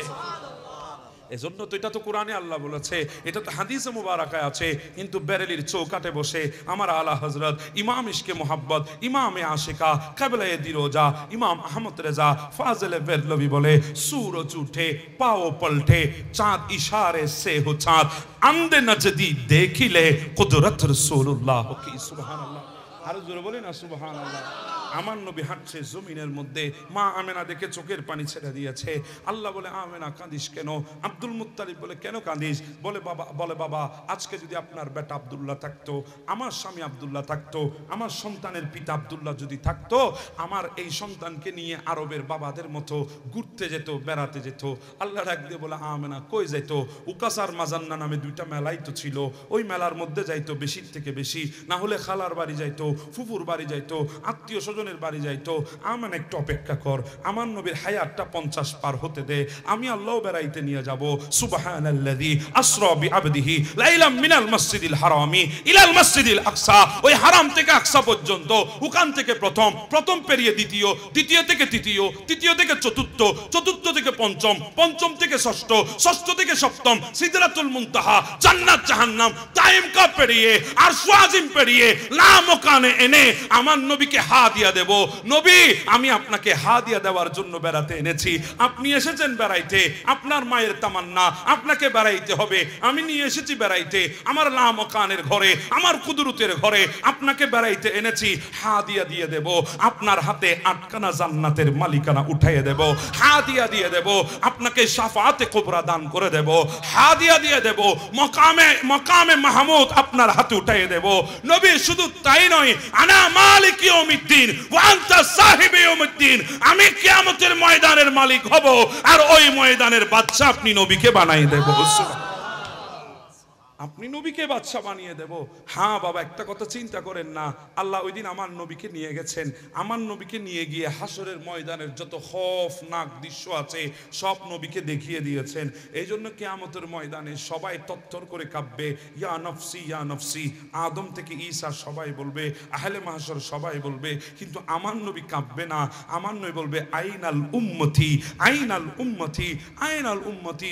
জিবরিল বলে, শুধু তাই না, আমি যখন নবীকে ডাক ডাকতে যাব, আমি নবীকে গিয়ে ডাক দেব, কুবু ইয়া হাবিবুর রহমান, ওগো আল্লাহর বন্ধু আপনি উঠেন না, আপনি একটু মাথা মুবারক তুলেন, আপনি আজকে কবর শরীফ থেকে মাজার শরীফ থেকে উঠেন। নবী যখন উঠবে জিবরিল বলে আমি দেখছি ওয়াহুয়া ইয়াবকি ওয়া ইয়াকুল, আমার নবী চোখের পানি ফেলছে আর বলছে আইনাল উম্মতি আইনাল উম্মতি আইনাল উম্মতি, জিবরিল উম্মতগুলা কোথায়? জিবরিল বলে নবী এখনো কেউ উঠে নাই, সবে মাত্র আপনি উঠেছেন, এখনো কেউ আসে নাই, সবে মাত্র আপনাকে নিয়ে যেতে এসেছি। আয়েশা সিদ্দিকা তো জিজ্ঞাসা করেছিল নবী ওই কিয়ামতের ময়দানের মঞ্জরটা কেমন হবে? আমার নবী বলেছিল আয়েশা রে আমি দেখতেছি আল্লাহ যখন জাহান্নামকে ডাক দিবে, জাহান্নামকে আনার জন্য 70,000 শিকল দিয়ে জাহান্নামকে বেঁধে রাখা হবে, কিন্তু ওই জাহান্নামকে বেঁধে রাখা যাবে না। ওই জাহান্নাম যখন ছোটে দৌড় দেবে, জিবরিল আমার আরশ আল্লাহর আরশের ডান পাশে থাকবে, জিবরিল হাঁটু গেড়ে জমিনে বসে বলবে রব্বি সাল্লিম সাল্লিম, আল্লাহ আমাকে বাঁচা, আল্লাহ আমাকে বাঁচা। ওই কিয়ামতের ময়দান যেখানে মুসা কালিমুল্লাহ আরশটা আরশের কুটিটা জড়িয়ে ধরে আল্লাহর দরবারে ফরিয়াদ করবে রব্বি সাল্লিম সাল্লিম, আমাকে বাঁচা আমাকে বাঁচা। ওই আহলে মাহশার কি অবস্থা হবে একবার চিন্তা করে দেখেন। আমরা তো দৌড়াতে থাকবো টেনশনে টেনশনে দৌড়াবো ইয়া নফসি বলে বলে, কারণ বড় গুনাহগার আমরা, বড় বদকার আমরা, বড় জিয়াকার আমরা। দৌড়তে দৌড়তে আদম ইসলামের কাছে যাব, আদম ইসলাম বলবেন না না আমি পারবো না, ইযহাবু ইলা গায়রি, আরেকজনের কাছে যা। দৌড়তে দৌড়তে আরেকজনের কাছে যাব, উনিও বলবেন আমি পারবো না, ইযহাবু ইলা গায়রি। এভাবে দৌড়াতে দৌড়াতে দৌড়াতে সবাই তাড়িয়ে দেবে ইযহাবু ইলা গায়রি, ইযহাবু ইলা গায়রি, আরেকজনের কাছে যা, আরেকজনের কাছে যা, একজন থেকে আরেকজনের কাছে যাব। শেষমেশ ঈসা রুহুল্লাহর কাছে যখন যাব, ঈসা ইসলাম বলে আর দৌড়িস না, আর তোদেরকে দৌড়া লাগবে না, আমি তোদেরকে দরবার দেখিয়ে দিচ্ছি, ওই দরবার থেকে কেউ খালি হাতে ফেরে না। ইযহাবু ইলা মুহাম্মদ সাল্লাল্লাহু আলাইহি ওয়াসাল্লাম, যা রাসূলুল্লাহর কাছে চলে যা। আমরা দৌড় দিব আমার নবীর কাছে, আমার নবী আমাদেরকে দেখে দাঁড়িয়ে যাবে, দাঁড়িয়ে বলবে আনা লাহা উম্মত আই, আমি আছি তোদের জন্য, তোদেরকে ছাড়া আল্লাহর জান্নাতে আমি নবী যাব না। সুবহানাল্লাহ। এজন্য আলা হযরত ওই বেরেলির জমিন থেকে বলে দিয়েছেন খলিল ও নজি মসিহ ও সফি সবি সে কहीं ना बनी ये बेखबरी के खल्के फिरी कहां से कहां तुम्हारे लिए मैं मुजरिम हूं आका मुझे साथ ले लो के रास्ते में है जा बजाताने वाले। हां हां आला हजरत बोलेছেন आला हजरत बोलेছেন वो जहन्नम में गया जो उनसे मुस्तगनी हुआ ए खलीलुल्लाह के हाजत रसूलुल्लाह की। हां हां आला हजरत बोलेছেন खौफ न रख आए रजा तू तो है अब्द मुस्तफा तेरे लिए आमानो है तेरे लिए आमानो है। সুবহানাল্লাহ। আর জোরে বলি না সুবহানাল্লাহ। সেদিন নবীর কাছে আমাদেরকে যাওয়া লাগবে। কথা বলেন না বাবা, ঠিক না বে ঠিক? নবী সিজদায় পড়বে আল্লাহর দরবারে। আজকে কোন নবীর বিরুদ্ধে আমাদের মধ্যে অনেকে ফতোয়া লাগায় নবীর মিলাদুন নবী করা যাবে না। বাবা কোন নবীর বিরুদ্ধে আমরা মিলাদুন নবী করা যাবে না বলছি? যেই নবীটার আগমনই যদি না হতো আপনার আমার অবস্থা কি হতো আল্লাহ ছাড়া বেহতর কেউ জানতো না। যেই নবীর আগমনে সব পেয়েছি, ওই আহলে কিয়ামতের ময়দানের ওই আহলে মাহশরদের বেচেন দূর হয়ে যাবে আমার নবীর দরবারে আসার পর। সেই নবী ছাড়া কোনো গতি আমাদের কিভাবে থাকতে পারে? তা আপনাদের ফতোয়া সেই নবীর বিরুদ্ধে কেন? সেই নবীর মিলাদের বিপক্ষে কেন? অনেকে তো চালু করে দিয়েছেন সিরাতুন নবী, করেন, কোনো অসুবিধা নাই। আপনাকে হাজারবার সেলুট জানাই, আপনি এসেছেন তো এসেছেন পথে, অন্ততপক্ষে সিরাতুন নবীও করছেন, আপনাকে ধন্যবাদ। তবে ওই সিরাতুন নবী আমরা চাই না যে সিরাতুন নবীর ব্যানারে বিভিন্ন শিল্পীর গানকে নকল করা হয়। ওই সিরাতুন নবীর মাহফিল চাই না যে সিরাতুন নবীর মাহফিলের চেয়ারে বসে বসে নামাজ পড়া লাগে, আল্লাহর সিজদা থেকে নিজেকে মাহরুম করা লাগে। ওই সিরাতুন নবী আমরা চাই না যে সিরাতুন নবীর নাম দিয়ে আল্লাহর ইবাদতকে তামসা বানানো লাগে। আরে বাবা বুঝাতে চাই, সেই সিরাতুন নবী মাহফিলও চাই। নবীর মাহফিলে গিয়ে রাজনৈতিক দলের স্লোগান দিতে গিয়ে হাততালি দেওয়া লাগে, ওই সিরাতুন নবী মাহফিল আমরা চাই না। আমরা ওই সিরাতুন নবী মাহফিল চাই যেখানে আমার নবীর হোসন আসমত সিরতের উপরে বর্ণনা হবে। আমরা সেই সিরাতুন নবীর মাহফিল চাই। আমরা ওই মিলাদুন নবীর মাহফিল চাই যেখানে আমার নবীর আগমন, আমার নবী উম্মতের জন্য কত বড় দয়া, আমার নবীর হোসন আসমত সুন্নতের আলোচনা হবে। সেই মিলাদুন নবীর মাহফিল আমরা চাই। কথা বলেন ঠিক? অনেকে তো বলেছে আওলাদে রসুল বাংলার জমিনে কিভাবে আসে, অনেকে বলেছে আওলাদে রসুল পাকিস্তানে কেমনে থাকে, অনেকে বলেছে আওলাদে রসুল মাইজবান্ডার দরবারে কেমনে থাকে, অনেকে বলেছে না। হ্যাঁ বলেছে, ঠিক আছে, আপনাদের কথাই ঠিক। আওলাদে রসুল বাংলায় কেন আসবে? ওনারা বলেছেন মদিনায় না থাকবে, তাই আমি বললাম আওলাদ রসুল যদি মদিনায় থাকতো তাহলে গরিবে নামাজ হিন্দুস্তানের জমিনে কেমনে আসতো? আর যদি গরিবে নামাজ যদি না আসতো তাহলে তুমি তো আব্দুর রহমান হইতা না, তুমি মদন সন্ডিত কুমার হইতা। কথা বলেন ঠিক না বেঠে? তুমি তো আর আব্দুল খালেক হইতা না, তুমি সুভাষ চন্দ্র বিন্দ্র হইতা। কথা বলেন ঠিক না? তুমি আজকে জব আব্দুর রহমান হয়েছো, আব্দুল খালেক হয়েছো ওই গরিবের নামাজের ওসিলায়। ওই গরিবের নামাজ ভারত উপমহাদেশে যদি না আসতো, একসাথে 90 লক্ষ মুসলমান যদি না বানায়, দুনিয়া থেকে না যেত, আজকে আমরা তো ঈশ্বর চন্দ্রবিন্দু হয়ে যেতাম। কথা বলেন ঠিক না বেটে? আমরা তো মদন সন্ডিত কুমার হয়ে যেতাম, আমরা তো আশ্চর্য ভট্টাচার্য হয়ে যেতাম। কথা বলেন ঠিক কিনা? আমরা তো অসৎ বর্মন হয়ে যাইতাম। কথা বলেন ঠিক না? তো আজকে আমরা আব্দুর রহমান হয়েছি, আব্দুল খালেক হয়েছি ওই খাজা গরিবে নামাজের উসিলায়। এবার যদি জিজ্ঞাসা করেন গরিবে নামাজ আপনি কে, বলে বাবার দিক দিয়ে হুসাইনি, মায়ের দিক দিয়ে হাসানি। আর জোরে বলি না সুবহানাল্লাহ। গরিবে নামাজ আলে রসুল ছিলেন, বাড়ি ছিল 40 স্থানে, ওখান থেকে মদিনায়, মদিনা থেকে নবীর নির্দেশে চলে এসেছেন ভারত উপমহাদেশে। এইভাবে আল্লাহর ওলিগুলা দ্বীন ইসলাম প্রচার করেছে। আল্লাহর নবী দায়িত্ব দিয়েছেন এক এক আওলাদকে, কাউকে দায়িত্ব দিয়ে যখন দিন যায় যায় অবস্থা পাঠিয়ে দিয়েছেন বাগদাদের জমিনে, নাম হয়ে গেছে মহিউদ্দিন আব্দুল কাদের জিলানী, দিনকে পূর্ণ জীবন দান করে দিয়েছে। আবার যখন দিন যায় যায় অবস্থা ভারত উপমহাদেশে পাঠিয়ে দিয়েছেন মঈনুদ্দিন, দ্বীনের সাহায্যকারী আমার গরিবে নামাজ বন্দে নামাজকে। এভাবে যখন দিন যায় যায় অবস্থা পাঠিয়ে দিয়েছেন গৌসুল আজম মেজবান্ডারিকে। এইভাবে যখন দিন যায় যায় অবস্থা পাঠিয়ে দিয়েছেন শাহজালাল ইয়ামানি মুজাররিদিকে। যখন দিন যায় অবস্থা পাঠিয়ে দিয়েছেন শাহফরানকে। যখন দিন যায় যায় অবস্থা তখন পাঠিয়ে দিয়েছেন আল্লামা গাজী শেরে বাংলাকে। যখন দিন যায় যায় অবস্থা ওই পাঠিয়ে দিয়েছেন সিরকুট পাহাড় থেকে শাহিন শাহী সিরকুটকে। দিন যায় যায় অবস্থা পাঠিয়ে দিয়েছেন তৈয়ব শাহকে। দিন যায় যায় অবস্থা পাঠিয়ে দিয়েছেন তাহের শাহকে। এভাবে আওলাদ গুলাকে পাঠিয়েছেন, উম্মত গুলাকে পাঠিয়েছেন, আশেক গুলাকে পাঠিয়েছেন, নবীর প্রেমিক গুলাকে পাঠিয়ে দিয়ে দিনগুলাকে এখনো পৃথিবীর বুকে জিন্দা করে রেখেছেন।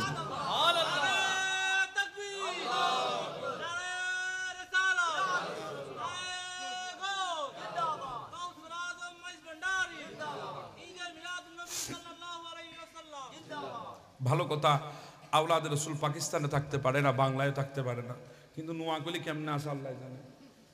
নোয়াখালীর উপর আল্লাহর বিশেষ নিয়ামত আছে মনে হয়।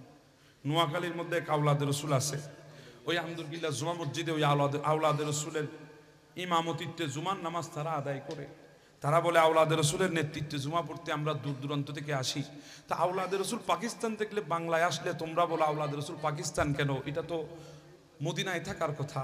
আর সেখানে তোমাদের আওলাদ রসুল নোয়াখালী কেন? এখানে আন্দরকিল্লা জুমা মসজিদে কেন? সে আওলাদ রসুলও বক্তব্য দিল গত কালকে, আমার নজরে আসলো। কয় আওলাদ রসুলের বক্তব্য, কয় চট্টগ্রামের ভাষা এত কঠিন, এটা আসাদুল কোরআন, কোরআনের চাইতে আরো বেশি কঠিন। নাউজুবিল্লাহ। কোরআনের ভাষার চাইতে নাকি আমাদের চট্টগ্রামের ভাষা কঠিন। বলে এই চট্টগ্রামের ভাষার কঠিনতার কারণে কিরামান কাতিবিন ইয়ালামুনা মা তাফআলুন, যারা সব জানে আমাদের ভেতরে কি চলছে এগুলো সব কিরামান কাতিবিন জানে। কিন্তু উনি বলছে চট্টগ্রামের মানুষ যখন আঞ্চলিক ভাষায় কথা বলে তারা ভাষা বুঝে না, না বুঝার কারণে গুনাহও লেখে না, সওয়াবও লেখে না। আওলাদ রসুলের ভাষা এটা যদি আওলাদ রসুলের ভাষা হয়, এই আওলাদ রসুল থেকে আমরা ফানা চাই 100 বছরের জন্য। কথা বলেন না বাবা, ঠিক না? চট্টগ্রামের ভাষা কিভাবে কোরআনের চাইতে কঠিন হবে? কিভাবে কিরামান কাতিবিন চট্টগ্রাম মানুষের ভাষা বুঝবে না? তাহলে তো বোঝা যায় চট্টগ্রাম মানুষ সব নেককার। কথা বলেন ঠিক না? কারণ ফেরেশতারা তো গুনাহ লিখতে পারতেছে না, চট্টগ্রাম ভাষা বুঝতেছে না। এগুলো কত বড় হাই লেভেলের অজ্ঞ হলে, কত বড় উঁচু দরজার জাহেল হলে এই কথাগুলো তাদের জুবান থেকে বের হয়, একবার চিন্তা করে দেখেন। একবার চিন্তা করেন বাবা। কাউকে গালি দেওয়ার দরকার আমার নাই, কিন্তু আমাকে বুঝতে হবে আমি কোন দলের পেছনে আমি ছুটছি, কোন ইসলামের জন্য আমি ছুটতেছি। আমি সেদিনও বলেছিলাম এক জায়গায়, আমি এই ইসলামী রাষ্ট্র আমি চাই না। আমি এমন ইসলামী রাষ্ট্র চাই না যে ইসলামী রাষ্ট্রের মধ্যে মসজিদে জুতা মারামারি হয়। আমি এই ইসলামী রাষ্ট্র চাই না যে ইসলামী রাষ্ট্রের মধ্যে আল্লাহর ওলির মাজারগুলোকে ভাঙা হয়। আমি এই ইসলামী রাষ্ট্র চাই না যে ইসলামী রাষ্ট্রগুলোর মধ্যে মিলাদুন নবীর জুলুসের মধ্যে পাথর মেরে বাবার বয়সী মুরব্বীকে রক্তাক্ত করতে হয়, মেরে ফেলতে হয়, এমন ইসলামী রাষ্ট্র আমি চাই না। আর এগুলা ইসলাম না, এগুলা নিজের স্বার্থ সিদ্ধির জন্য, নিজের মতাদর্শকে প্রতিষ্ঠা করার জন্য, নিজের ভেতরে লুকিয়ে রাখা নেফাকিগুলাকে তুলে ধরার জন্য, ক্ষমতার জন্য দিনকে ব্যবহার করে এরা মূলত দিনদার নয়, এরা মূলত জঙ্গিবাদ, জঙ্গিবাদ, জঙ্গিবাদ। এরা কখনো দিনদার হতে পারে না। মানুষকে মেরে আপনি কিসের ইসলাম প্রচার করতেছেন? মানুষকে মেরে কিসের ইসলামের কথা আপনি বলছেন? আমাকে একটা কথা আপনারা বলেন, আল্লাহর ওলিগুলো এসেছে হাতে তলোয়ারে নিয়ে এসেছিল, জি বলেন না, তসবিহ নিয়ে এসেছে, তসবিহ। জায়নামাজ তো আমাদের কাছে আছে, আমরাও জায়নামাজের মধ্যে নামাজ পড়ি, কিন্তু শাহজালালের জায়নামাজ সুরমা নদী পার হয়ে যায়। কথা বলেন ঠিক না?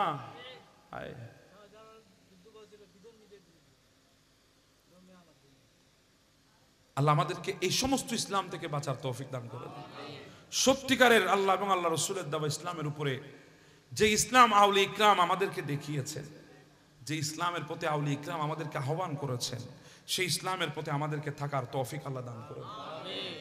আল্লাহ পাক আমাদেরকে আহলে সুন্নাত ওয়াল জামাত, এই আহলে আকাইদ আহলে সুন্নাত ওয়াল জামাতের উপরে আমাদেরকে দায়েম আর কায়েম রাখার আল্লাহ তৌফিক দান করে দাও।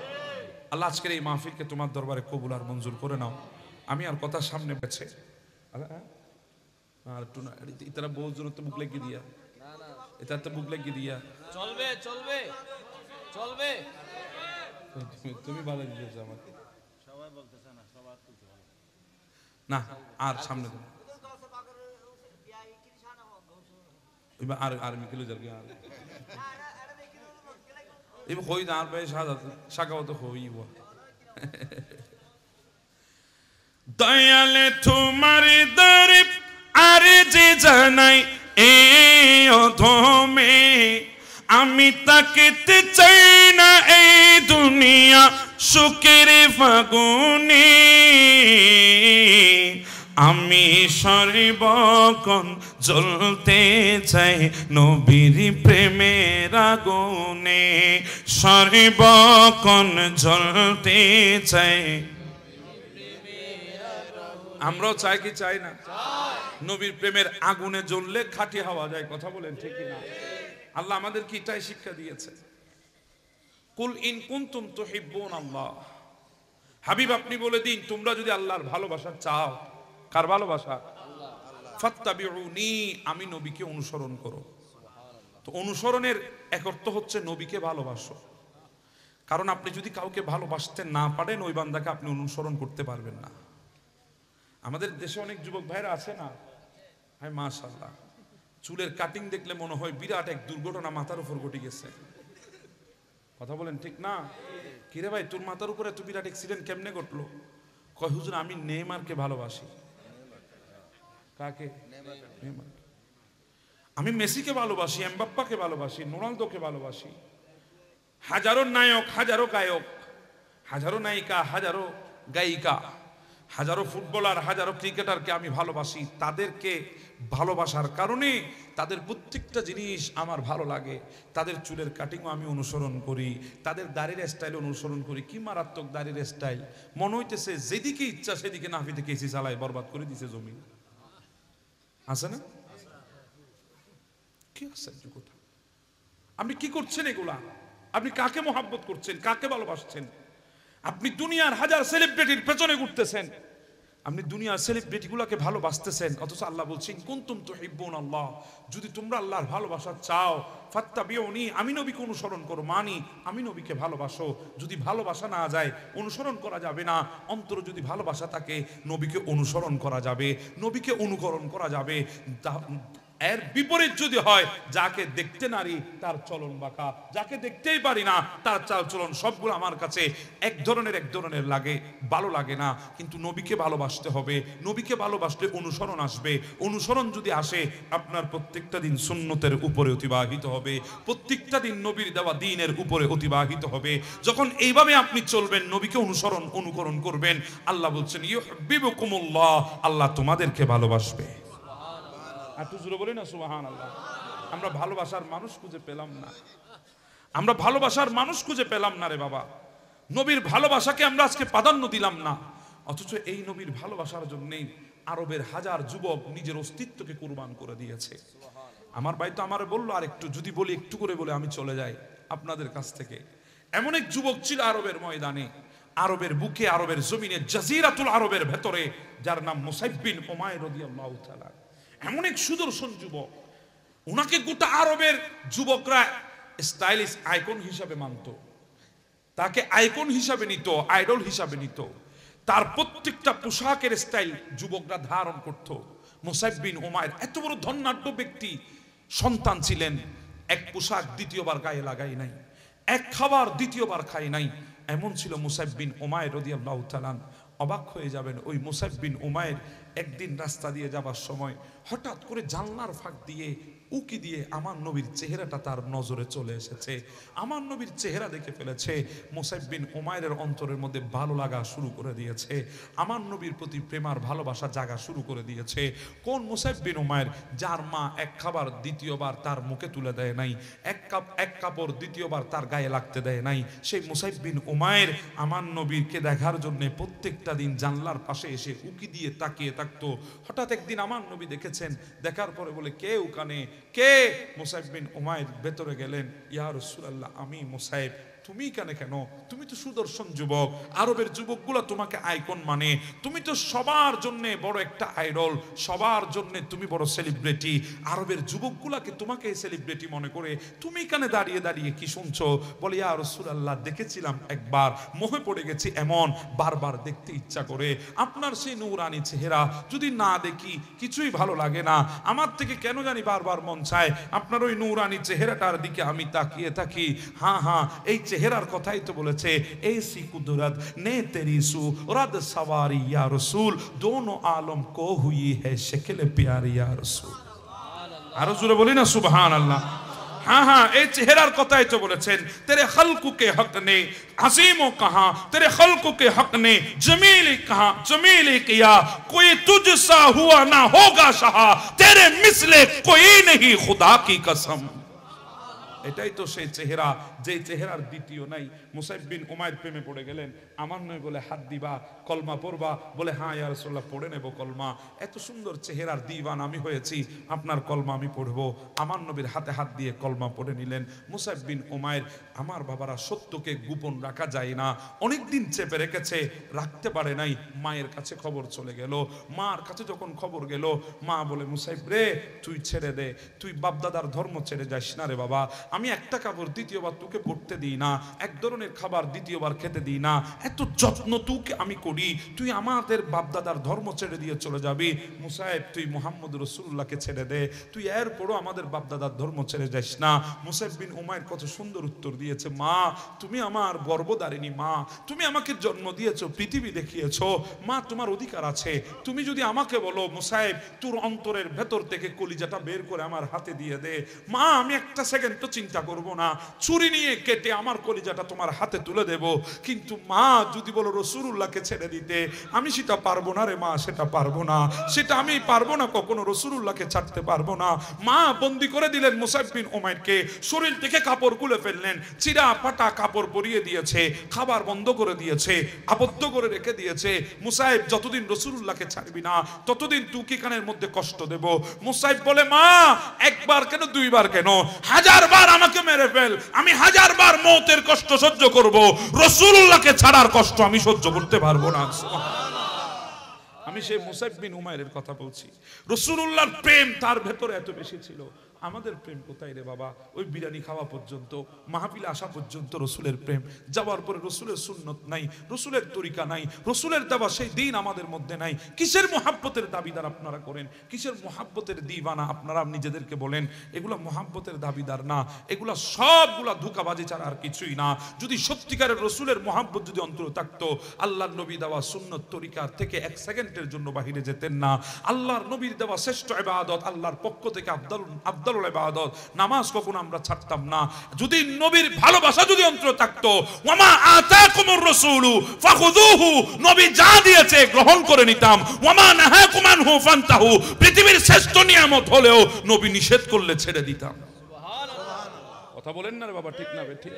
ওই বেলালে হাবশিকে গিয়ে জিজ্ঞাসা করেন, উমাইয়া এত কষ্ট দিয়েছে তোমাকে, উত্তপ্ত বালির উপরে তোমাকে টেনে টেনে তোমার চামড়াগুলো ছিলে ফেলেছে, তোমার বুকের উপরে বিরাট পাথর তুলে দিয়েছে, বেলাল এত কষ্ট কিভাবে সহ্য করেছে? উমাইয়া কিছুই চাই নাই, শুধু চেয়েছে রাসূলুল্লাহকে ছেড়ে দে, শুধু একটা কথা বল, আমি রাসূলকে ছেড়ে দিয়েছি, সমস্ত নিয়ামত তোর কদমে এনে দেব।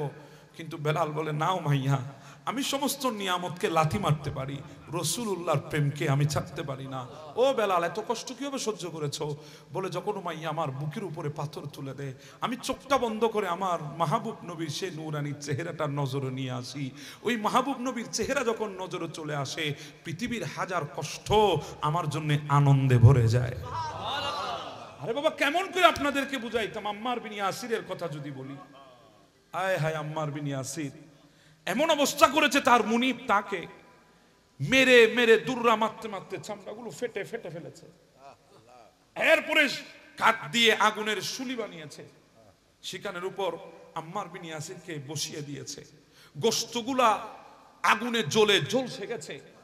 এরপরও ক্ষান্ত হয় নাই, ছুরি এনে কেটে সেখানে লবণ ঢুকিয়ে দিয়েছে। এত কষ্ট আম্মার বিন ইয়াসিরকে দিয়েছে, আম্মার চোখের পানি ফেলে নাই, কষ্ট সহ্য করছে, চোখের পানি ফেলছে না। গাছের সাথে পেছনে হাত বেঁধে রেখেছে রোদের মধ্যে। কে জানিয়ে সে আমার নবীকে বলেছে, নবী, আপনার প্রেমিক আম্মারকে কষ্ট দেওয়া হচ্ছে। আমার নবী বের হয়ে গেছে আম্মারের দিকে। হায় আল্লাহ, কুরবান হয়ে যান আম্মারের তাকদীরের উপরে। পৃথিবীর বুকে হাজারো নবীর উম্মত লাখ টাকা খরচ করে নবীর দরবারে যায়, আর সেই নবী বের হয়ে গেছে আম্মারকে দেখার জন্য। গেলেন নবী আম্মারের কাছে, পেছন দিক থেকে নবী আম্মারের কাঁধের উপর হাত রাখলেন। সামনে নবী যায় নাই, এখন আওয়াজ দেয় নাই, পেছন দিক থেকে শুধু হাত রেখেছে। আম্মার সামনে তাকিয়ে বলছে, ইয়া রাসূলুল্লাহ, আপনি কখন এসেছেন? আমার নবী বলে, আম্মার কিভাবে বুঝলি আমি এসেছি? বলে, ইয়া রাসূলুল্লাহ, এমন হাত তো আল্লাহ দ্বিতীয় বানাই নাই, এমন স্পর্শ আল্লাহ দ্বিতীয় আর কাউকে দেয় নাই। নবী গো, আপনি ছাড়া আর এত মায়ার হাত আর কারো হতে পারে না। আম্মার আমার নবীর দিকে ফিরে চোখের পানি ফেলে দিলেন। আম্মার, এতদিন তো কাঁদো নাই, আজকে কাঁদো কেন? দুইজন ছেলে যদি ঝগড়া লাগে, দেখবেন বাবা সমাজে সে যতই মার কাক, যতই কষ্ট পাক, কাঁদে না। মাকে দেখলে কান্না করা শুরু করে, কেন? কারণ তার পৃথিবীর সবচেয়ে নিরাপদ আঁচল হলো তার মা। আম্মা, তুমি এতদিন কাঁদো না, এখন কাঁদছো কেন? বলে, আমার দুই জাহানের আমার ছায়া হচ্ছে আমার রসুল, সেই রসুলের লাওয়ায়ে হামদের চাদরে আমি ঢুকে গেছি, আজকে চোখের পানি ছেড়ে দিয়ে আমি কাঁদছি। আমার নবী বলে, আম্মার এত কষ্ট সহ্য করেছে, এত ভালোবাসো। বলে, নবী, এটা তো কিছুই না, বলেন না আমার জানটা আপনার হাতে তুলে দিই, তাও পারবো। আমার জানের চাইতে আপনাকে বেশি ভালোবাসি নবী, এখানে তো শরীর কিছু না, দেহ কিছু না। আমার নবী বলে, আম্মার এত কষ্ট কিসে তোমাকে দেয়? বলে, আগুনে বেশি কষ্ট দিয়ে রাসূলুল্লাহ, গোশতগুলো জ্বলছিয়ে ফেলেছে, গোশতগুলো ফেটে গেছে, পুড়ে গেছে, আর এই গোশতের ভেতরে লবণ ঢুকিয়ে দিয়েছে, তারা আমাকে এত কষ্ট দিয়েছে। আমার নবী বলে, আম্মার এখন কি চাও?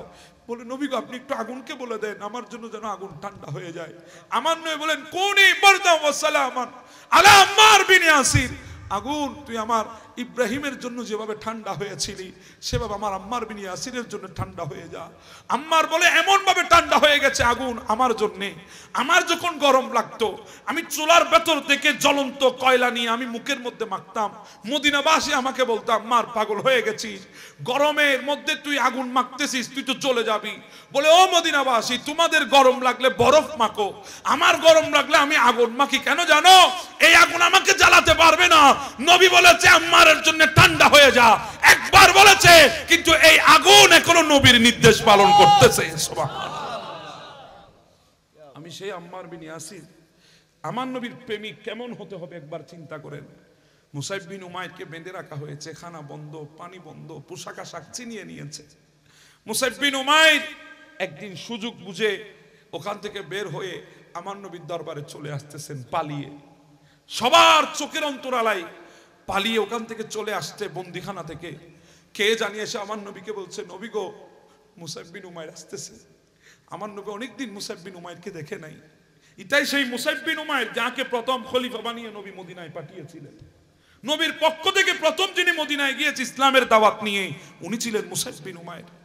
মুসাইব বিন উমাইর যখন আসতেছে, আমার নবী যখন শুনলেন মুসাইব আসতেছে, আমার নবী দাঁড়িয়ে চৌকাঠের মধ্যে হাত দিয়ে আমার নবী দাঁড়ালেন, দেখছেন দূর থেকে মুসাইব বিন উমাইর আসতেছে, আমার নবী চোখের পানি ছেড়ে দিয়েছেন। সাহাবীরা বলছে ইয়া রাসূলুল্লাহ কাঁদেন কেন? বলো আমার সাহাবীরা দেখো মুসাইব বিন উমাইর, যে ছেলেটা একটা কাপড় দ্বিতীয়বার শরীরে লাগাই নাই, একটা খাবার দ্বিতীয়বার খাই নাই, আজকে সে মুসাইব বিন উমাইর আমার প্রেমে পড়ে ছিঁড়াপাটা কাপড় পরে আসতেছে, আমার প্রেমে পড়ে দুনিয়ার নাচ নিয়ামতকে সে ফেলে দিয়েছে, আমার প্রেমে পড়ে নাকে আজকে চেহারাটা কালো বানিয়ে ফেলেছে। মুসাইব বিন উমাইর আসলেন, আমার নবী বলে মুসাইর এত ভালোবাসো? বলে ইয়া রাসূলুল্লাহ জানটা দিয়ে দিতে বলেন না, দিয়ে দিতে পারবো, কিন্তু নবী আপনার প্রেম ভালোবাসা এগুলো কিভাবে অন্তর থেকে বের করব? এটাই তো ছিল সাহাবী কিরামের ভালোবাসা, এটাই তো ছিল নবীর প্রেমিকদের ভালোবাসা, হ্যাঁ হ্যাঁ এটাই তো ছিল নবীর আশিকদের ভালোবাসা। এজন্য বাবা খবর যখন জিজ্ঞাসা করা হবে মা হাযার রাজুলু আল্লাযী বুইতা ফীকুম, এই ব্যক্তি সম্পর্কে কি বলতা, একটু আমাদেরকে বলো, তখন অনেক মুমিন বান্দা উত্তর দেবে হুয়া মুহাম্মাদুর রাসূলুল্লাহ সাল্লাল্লাহু আলাইহি ওয়াসাল্লাম। আর ওই কবরবাসী যদি নবীর আশিক হয়, নবী বলবে মুনকার নকির থাম, আমার উম্মত থেকে জিজ্ঞাসা করিস না আমি কে, আমার থেকে জিজ্ঞাসা কর, এটা আমার গোলাম, আমার আশিক। সুবহানাল্লাহ। এজন্য তো বলছি নবীর প্রেমিক হন। নবীর প্রেমিক হওয়া ছাড়া দুনিয়ার জমিনে কোনো গতি নাই, আখিরাতের মধ্যে কোনো সাহারা নাই। কথা কোন ঠিক না বেটি? হ্যাঁ নবীর প্রেমিক হন। নবীর প্রেমিক মানে কি? প্রেম, দুনিয়াটা তো প্রেমের উপরে চলছে, ভালোবাসার উপরে। আল্লাহ তো গোটা কায়নাত বানিয়েছেন নবীর প্রেমে পড়ে। সুবহানাল্লাহ বলবেন না? সবচেয়ে বড় মকামের নামটা হলো মাহবুবিয়ত। সবচেয়ে বড় মকাম যেটা আল্লাহর দরবারে সেটা হলো মাহবুবিয়ত। আর এই মাহবুবিয়তের মকাম আল্লাহ আমার নবীকে দান করেছেন। তো বলছিলাম দুনিয়াটা মোহাব্বতের উপরে বানিয়েছে। তো মোহাব্বত করেন দুনিয়ার সেলিব্রিটিকে না, মোহাব্বত করেন দু জাহানের সেলিব্রিটি বাদশাহ আমার রাসূলুল্লাহকে। আমার নবী দুই জাহানের, জি বলেন না, নবী দুই জাহানের বাদশাহ। এজন্য আল্লাহ বলেছে ওয়ান্তা সাহেবী ইয়াউমুদ্দিন, আপনি কিয়ামতের ময়দানের বাদশাহ, দুনিয়ারও বাদশাহ, কিয়ামতের ময়দানেরও বাদশাহ। এটা আমার নবী। তো নবীকে দু জাহানের বাদশাহ আল্লাহ বানিয়েছেন। সে বাদশার দরবারের যদি আমরা গোলামও যদি হতে পারি, বাদশার দরবারের গোলাম যদি অন্য কোনো জায়গায় যায়, যদি পরিচয় দেয় আমি বাদশার দরবারের গোলাম, ইজ্জত আলাদা না? জি বলেন, ইজ্জত আলাদা না? সম্মান আলাদা না? পেছান আলাদা না? হ্যাঁ কিয়ামতের ময়দানে সবাই বলবে ইয়া নফসি নফসি। আমাদের কোন আল্লাহ জাহান্নামে দেবে না এমনটা না, আমাদের গুনার কারণে আমরাও জাহান্নামে যাব, কিন্তু অন্যান্য নবীদের মধ্যে আমাদের মধ্যে ফরক থাকবে। অন্যান্য নবীর উম্মতের মধ্যে আমাদের মধ্যে কি থাকবে? ফরক থাকবে, তফাৎ থাকবে। এই নবীর উম্মত তো জাহান্নামে যাবে, হাতের মধ্যে হাত করা থাকবে না। এই নবীর উম্মত জাহান্নামে যাবে, পায়ে বেরি থাকবে না। এই নবীর উম্মত জাহান্নামে যাবে, কোমরে রশি থাকবে না। এই নবীর উম্মত জাহান্নামে যাবে, গলার মধ্যে শিকল থাকবে না। এই নবীর উম্মত জাহান্নামে যাবে, চেহারা মলিন হবে না। ফেরেশতারা বলবে আল্লাহ কি আজীব জাহান্নামে পাঠাচ্ছেন, জাহান্নামী পাঠাচ্ছেন, যার হাতের মধ্যে হাত করা নাই, পায়ের মধ্যে বেরি নাই, কোমরে রশি নাই, গলায় শিকল নাই, চেহারার মধ্যে মলিনতা নাই। আমার আল্লাহ বলে চুপ চুপ চুপ চুপ, এগুলো সাধারণ উম্মত না, আমার আখিরি নবীর উম্মত, আমার আখিরি নবীর উম্মত। আমি কোন হাতের মধ্যে হাত করা লাগাবো, ওই হাতের মধ্যে আমার আখিরি নবীর উম্মত গুলা উজুর পানি ঢেলেছিল। আমি কোন পায়ের মধ্যে বেরি লাগাবো, ওই পায়ের মধ্যে আমার আখিরি নবীর উম্মত গুলা উজুর পানি ঢেলেছিল। আমি কোন কোমরের মধ্যে রশি লাগাবো, ওই কোমরটা তারা পবিত্র করেছিল। আমি কোন গলার মধ্যে শিকল লাগাবো, ওই গলাটা তারা উজুর সময় মাসে করেছিল। আমি কোন চেহারাটা মলিন করব, যেই চেহারার দিকে মাহবুব নবী তাকিয়েছিল। যাবো আমরা সবাই জাহান্নামে, গুনার কারণে যাবো আর কি, বিটলামি তো কম করি নাই। কথা বলেন ঠিক না? যাবো জাহান্নামে, কিন্তু বেশি থাকতে হবে না। নবী বলবে আল্লাহ বের করে দেন, না হতে আমি জান্নাতে ঢুকবো না, বের করে দেন, জান্নাতে যাবো না তো, বের করে দেন। আল্লাহ বলবে জিবরিল যা আমার নবীর উম্মত গুলাকে বেছে বেছে নিয়ে আয়। লিস্ট দেওয়া হবে, বেছে বেছে সবাইকে নিয়ে আসা হবে, আমার নবীর কোলের মধ্যে তুলে দেওয়া হবে। সেগুলাকে নবী ঢুকাই দেবেন জান্নাতে, নবীও যাবেন জান্নাতের দিকে। হঠাৎ করে একটা শব্দ আসবে ইয়া হান্নান ইয়া মান্নান, নবী দাঁড়িয়ে যাবে। আল্লাহ ওই জাহান্নামের ভেতর থেকে একটা শব্দ আসতেছে হান্নান মান্নান। আল্লাহ বলে এটা তো আমার নামে জিকির করছে, অন্য নবীর উম্মতও হতে পারে। বলে না আল্লাহ, আপনার গুণবাচক নামের জিকির আমার উম্মত যত করেছে সমস্ত নবীর উম্মত মিলে তত করে নাই। এটা আমার উম্মত, আমার উম্মত। আল্লাহ তাকে নিয়ে আসে। জিবরিল যা খুঁজবে, জিবরিল খুঁজতে খুঁজতে খুঁজতে খুঁজতে আসবে খালি হাতে। নবী বলবে কেন খালি হাতে কেন? বলে ইয়া রাসূলুল্লাহ কাউকে তো পেলাম না, লিস্ট দেখলাম সবাইকে নিয়ে এসেছি, কেউ নাই। আমার নবী সামনের দিকে আবার পা বাড়াবে, আবার শব্দ আসবে আহান্নানি আমান্নান। আল্লাহ বলবে এখনো আছে আমার উম্মত, আল্লাহ জিবরিলকে পাঠান না। জিবরিল যাবে, আবার খুঁজবে, খালি হাতে আসবে। আমার নবী বলে জিবরিল পাস নাই? বলে না। বলে আজকে যদি আমার উম্মতকে আনা না হয় আমি যাব না। আল্লাহ তুমিই তো বলেছো ওয়ালা সাউফা ইউতিকা রাব্বুকা ফাতারদা, আমি যতক্ষণ খুশি হব না ততক্ষণ দিবা। আল্লাহ আমার ওই উম্মতকে যতক্ষণ বের করা হবে না আমি নবী ততক্ষণ খুশি হব না। যাবে আবার গিয়ে দেখবে আল্লাহ দায়িত্ব দিবে জিবরিল, মিকাইল, ইসরাফিল, ওই জাহান্নামের ফেরেশতা মালিক, যা খুঁজে আয়। তন্ন তন্ন করে খুঁজবে, অনেকগুলা স্তব, কয়লার স্তব, মানুষ কয়লা হয়েছে, স্তবে পরিণত হয়েছে। ভেতরে একজন মানুষ ঠুট নাড়তেছে আহান্নানি আমান্নান। তাকে জিবরিল কোলে করে এনে আমার নবীর কোলে তুলে দেওয়া হবে। আলা হযরত ওই বেরেলির চৌকাটে বসে বলেছে, হযরত ইমাম হাসান বসরি বসরার জমিনে বসে বলেছে, কাশ আমি যদি ওই গুনাহগার হতে পারতাম যেই গুনাহগারের জন্য রাসূল ময়দানে মাহশরে অপেক্ষা করবে, জান্নাতে ঢুকবে না। আমি ওই গুনাহগার হতে পারতাম যেই গুনাহগার কয়লা হয়ে যেতাম কিন্তু জুবানে আল্লাহর জিকির থাকতো হান্নান ও মান্নান। আমি যদি ওই গুনাহগার হতে পারতাম যেই গুনাহগারকে জিবরিল এনে রাসূলুল্লাহর কোলের মধ্যে তুলে দিত। এইজন্য আলা হযরত বলেন ইয়া ইলাহি বলে যা না যা কি তকলিফোं को शादी-ए दीदार हुस्ने मुस्तफा का साथ हो। সুবহানাল্লাহ। আরে বাবা প্রেমটা রাখেন না অন্তরে। সেই নবীর প্রেম যদি অন্তরে রাখতে না পারেন, আপনার আর আমার জীবন এর চাইতে নিকৃষ্ট জীবন আর কারো হতে পারে না। নবীর প্রেমটা অন্তরে রাখেন। আল্লাহ আমাদেরকে নবীর প্রেম অন্তরে রাখার তৌফিক দান করুন।